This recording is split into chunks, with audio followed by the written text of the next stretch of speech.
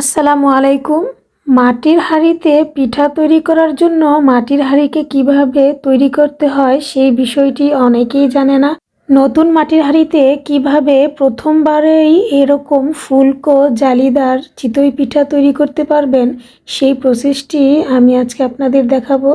আমি এরকম একটি কালো হাঁড়ি কিনে নিয়ে এসেছি। যেই হাঁড়িটা একটু বেশি পুরানো হয় সেই হাঁড়িটি একটু এরকম কালো হয়ে যায়।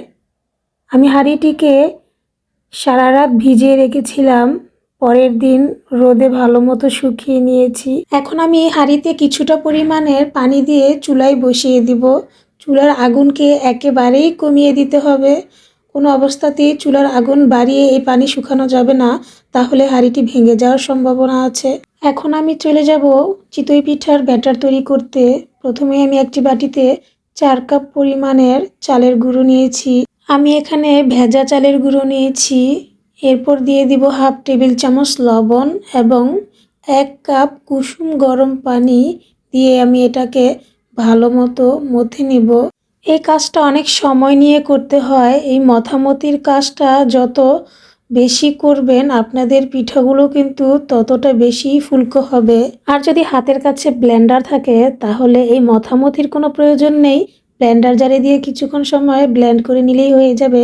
এখন আমি আরও হাফ কাপ পানি দিয়ে দিয়েছি।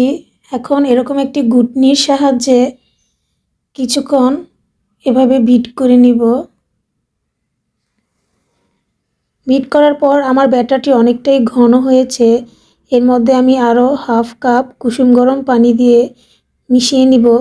যতবারই আপনারা পানি ইউজ করবেন ততবারই কুসুম গরম পানিটি দেওয়ার চেষ্টা করবেন। আমি 4 কাপ চালের গুঁড়োর জন্য 2 কাপ পানি ইউজ করেছি। আপনাদের যদি শুকনো চালের গুঁড়ো হয়ে থাকে সেক্ষেত্রে পানি একটু বেশি লাগতে পারে। চিতই পিঠার ব্যাটারটি তৈরি হয়ে গেছে। এখন চলে এলাম হাঁড়ির প্রসেসে। পানিগুলো শুকিয়ে অর্ধেক হয়ে গেছে। পানি শুকাতে আমার প্রায় 20 থেকে 25 মিনিট সময় লেগেছে। এই পর্যায়ে আমি কিছুটা লবণ এখানে দিয়ে দিব। লবণ পানি শুকিয়ে হাঁড়িটি সাদা হয়ে যাবে। এখন আমি এই লবণটিকে উঠিয়ে পরিষ্কার করে নিব। এখন আমি একটি সুতি কাপড় দিয়ে পুরো হাঁড়িটিতে তেল মেখে নিব। যেহেতু এটা নতুন হাঁড়ি তাই আমি একটু বেশি পরিমাণের তেল দিয়ে নিব। তেল মেখে নিয়ে চুলার আগুন কিছুটা বাড়িয়ে দিয়ে হাঁড়িটিকে আমি আরও 10 মিনিট গরম করে নিব। দেখতেই পাচ্ছেন হাঁড়ির নিচের অংশ পুড়ে কালো হয়ে গেছে। এই পর্যায়ে আমি ব্যাটার দিয়ে দিব। দিয়ে একটি ঢাকনা দিয়ে ঢেকে 2 মিনিট অপেক্ষা করব। যেহেতু এটা প্রথম পিঠা তাই পিঠাটি ফুলকো হয়নি, কিন্তু পিঠাটি কিন্তু অনেকটাই জালিদার এবং দেখতে খুব সুন্দর হয়েছে। পিঠা তৈরির সময় চুলার আগুন মিডিয়াম টু হাইতে রাখবেন।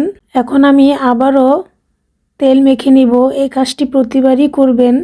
ব্যাটার দেওয়ার আগে তেল মেখে নিয়ে একটু গরম করে তারপর ব্যাটার দিয়ে দিবেন। ঢাকনা দিয়ে ঢেকে আবারও 2 থেকে 3 মিনিট অপেক্ষা করব। এই যে দেখুন আমার দ্বিতীয়বারের পিঠাটি কিন্তু অনেকটাই ফুলকো হয়েছে এবং জালিদার হয়েছে। আমার পিঠা তৈরির সম্পূর্ণ প্রসেসগুলো যদি আপনারা ফলো করেন তাহলে আপনারাও এরকম মাটির হাঁড়িতে প্রথমবারেই এরকম নরম তুলতুলে ফুলকো জালিদার চিতই পিঠা তৈরি করতে পারবেন। আমি সবগুলো চিতই পিঠা তৈরি করে নিয়েছি। একটি পিঠা আমি আপনাদেরকে ভেঙে দেখাচ্ছি এটার ভিতরে কতটা জালিদার হয়েছে এবং অনেকটাই সফট হয়েছে। আশা করি আমার আজকের রেসিপি আপনাদের কাছে ভালো লেগেছে। যদি ভালো লেগে থাকে তাহলে অবশ্যই লাইক, কমেন্ট এবং শেয়ার করে দিবেন এবং আমার চ্যানেলটিকে সাবস্ক্রাইব করে আমার পাশে থাকবেন। আজকের মতো বিদায়। আল্লাহ হাফেজ।